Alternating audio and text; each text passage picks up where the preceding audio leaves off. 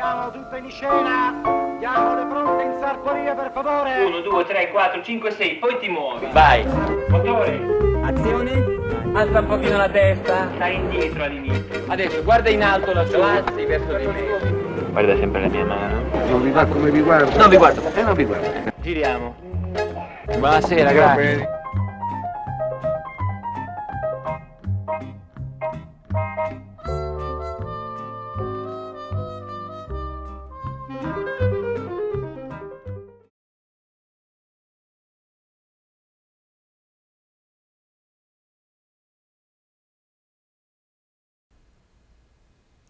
Buongiorno, mi chiamo Lilia Trapani e sono un casting director e questo è il nostro studio.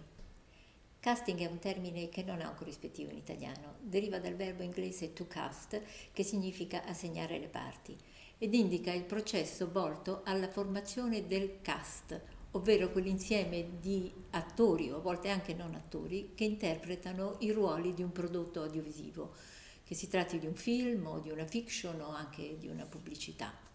Il processo di casting si svolge in fase di preproduzione prevalentemente e a volte è anche la premessa necessaria perché il film si faccia.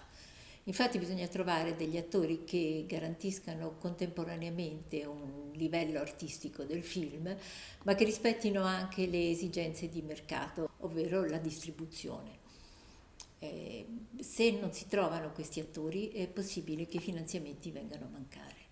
Ma tutto questo discorso varia molto a seconda del tipo di prodotto a cui si sta lavorando, se si tratta di un film d'autore o di una fiction televisiva oppure di un film di cassetta.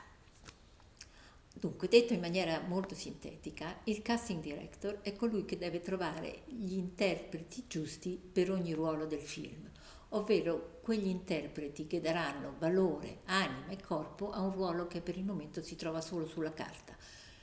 E per fare questo il casting director deve conoscere ovviamente approfonditamente gli attori, deve saperne valutare le potenzialità, le capacità, deve avere una sensibilità artistica, un intuito psicologico ed essere anche a conoscenza di quelle che sono le esigenze di mercato. Adesso vi illustrerò come si svolge il nostro lavoro. Tutto comincia con la lettura della sceneggiatura. Un tempo ce le fornivano cartacee. Oggi invece ce le mandano ovviamente via internet e di solito sono watermarked, ovvero hanno il nostro nome in filigrana e sono coperte da una clausola di riservatezza. Per la pubblicità invece di solito forniscono uno storyboard, ovvero una specie di fumetto dove le varie inquadrature del film sono disegnate in sequenza.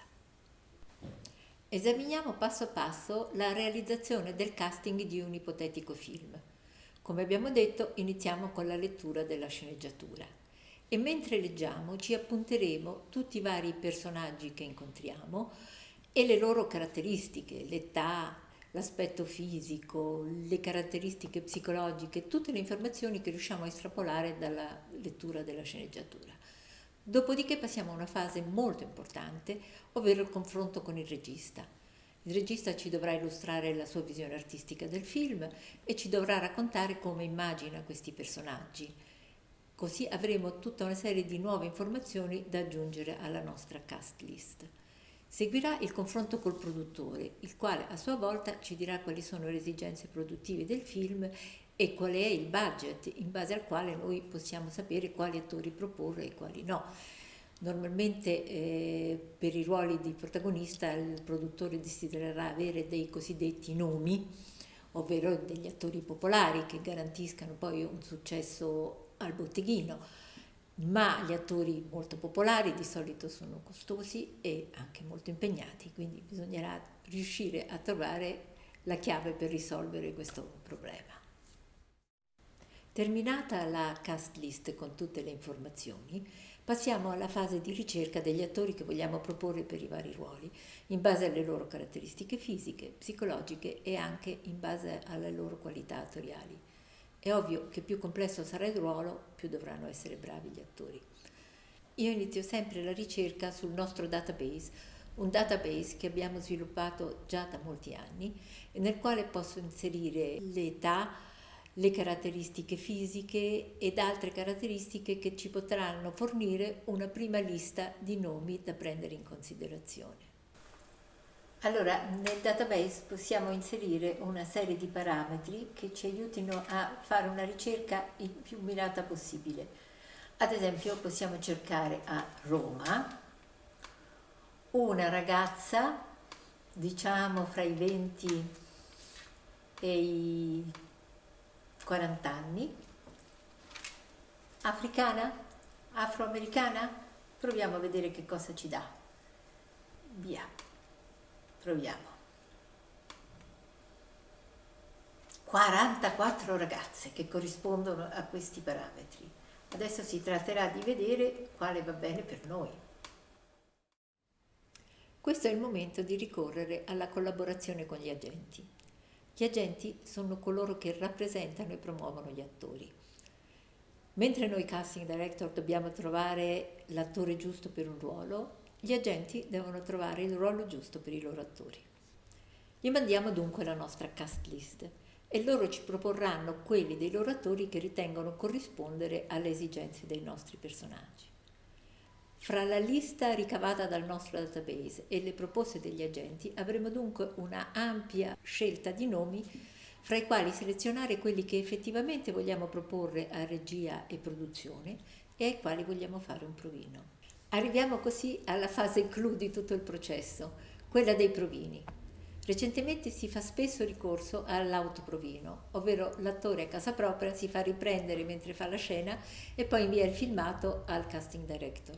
È un sistema molto utile in un periodo come questo di distanziamento sociale o anche se l'attore si trova in una sede diversa da quella del casting director, ma lascia sempre molto a desiderare, sia da un punto di vista tecnico, sia perché viene a mancare il momento chiave del rapporto fra casting director e attore, ovvero quando il casting director in sala provini dirige l'attore, gli dà delle indicazioni, gli può far cambiare un'interpretazione che non ha ritenuto idonea. Quindi il processo di self-tape può servire come una prima selezione, ma dovrà essere sempre seguito dalla verifica di un provino in sala.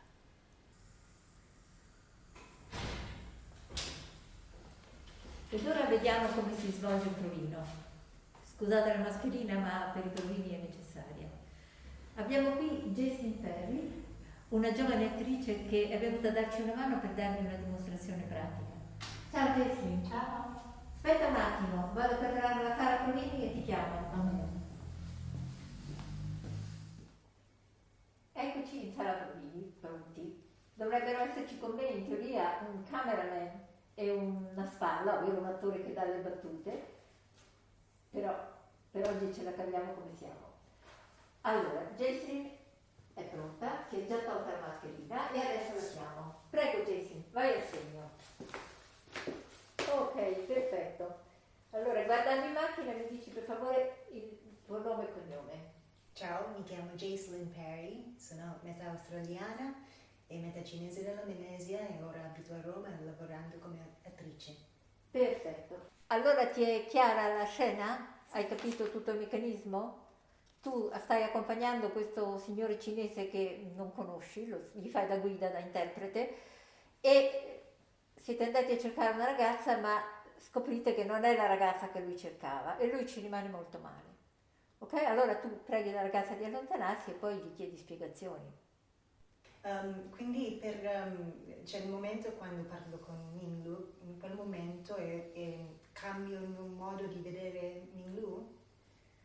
Sì, capisci che c'è qualcosa che non era così semplice come avevi pensato tutta la situazione, che c'è qualcosa che non ti è chiaro, che non hai ancora capito. Quindi cambio il mio sguardo. Sì, quindi esatto, prima, okay. esatto, ti incuriosisce di più quest'uomo, c'è un mistero. Ok? Pronti? Ok. Azione. Ci puoi scusare un attimo? Grazie. Minglu, io credo ora sia il momento che tu mi spieghi chi stai cercando esattamente. Solo così potrò aiutarti. Sto cercando mia figlia. Sono 10 anni che non la vedo né la sento, da quando le cose fra di noi si sono messe male. Non te l'avevo detto, perché Perché non volevi perdere la faccia. Stop. Ok, molto bene Jessie. Ma io vorrei cambiare una piccola cosa nel finale. Sì? Cioè, vorrei vederti, tu sei stata un po' dura adesso quando gli hai detto che non volevi perdere la faccia, Sì. potresti anche essere un po' quasi Sì, perché un po'. sono un po' scocciata. no? Perché... Invece ti accorgi, mentre lui ti parla, ti accorgi che lui sta soffrendo, che ha una grossa emozione dentro di cui tu non eri a conoscenza, Certo. e quindi glielo dici con dolcezza, con un Ok. sorriso anche un po' incoraggiante. Ok. Va bene, perché Va lo bene. vedi proprio avvilito, ok? Pronti? Sì. Pronti? Partito e azione. Ci può scusare un attimo? Grazie.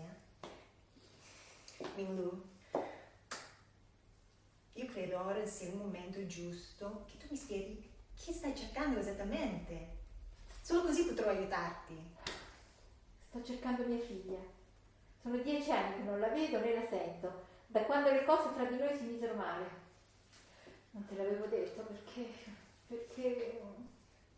Perché non volevi perdere la faccia?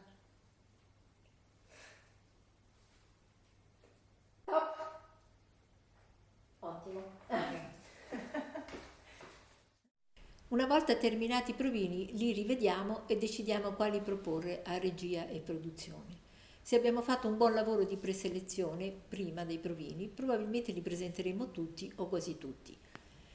Regista e produttore a loro volta guarderanno i provini e selezioneranno gli attori che gli sembrano più interessanti.